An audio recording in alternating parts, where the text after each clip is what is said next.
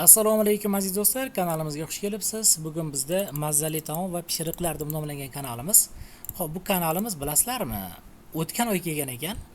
O'tgan oyda 17-kuni pul ishlashga ulangan ekan. Lekin shu o'tgan oyda boshlarida kelgan. Bir oydan keyin ko'rdim, chunki men ko'rib turibsizlar, pastda juda ham ko'p kanallar bor do'stlar. Uni men nima bo'ladi, ariza berib qo'yganman. Ayrimlari masalan o'tgan, ayrimlari o'tmagan. Hozir proverkaga qarasam, mana shu kanalimiz qolib ketibdi. Xolos, bu kanalimiz do'stlar 1 oy oldin kelgan ekan. Kanallarni pul ishlash tizimiga ulab berdim men.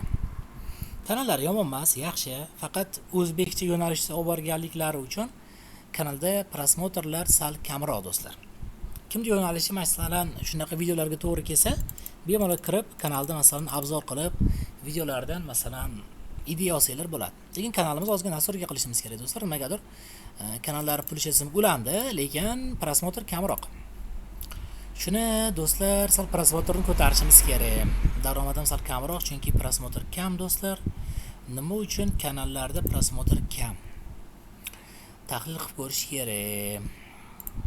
Qulay shunaqa do'stlar, yordam kerak bo'lsa, pul ishlashga kanalda ulab berish kerak bo'lsa, ulab beramiz. Mana ushbu kanalimizni ham polni pul ishlaydigan qilib berdik. Men kanalni endi ko'rdim. Prosmotr sal yomonroq ekan. Buni ham xudo xolasa bir chiroyli qilib hozir nastroyka qilamiz.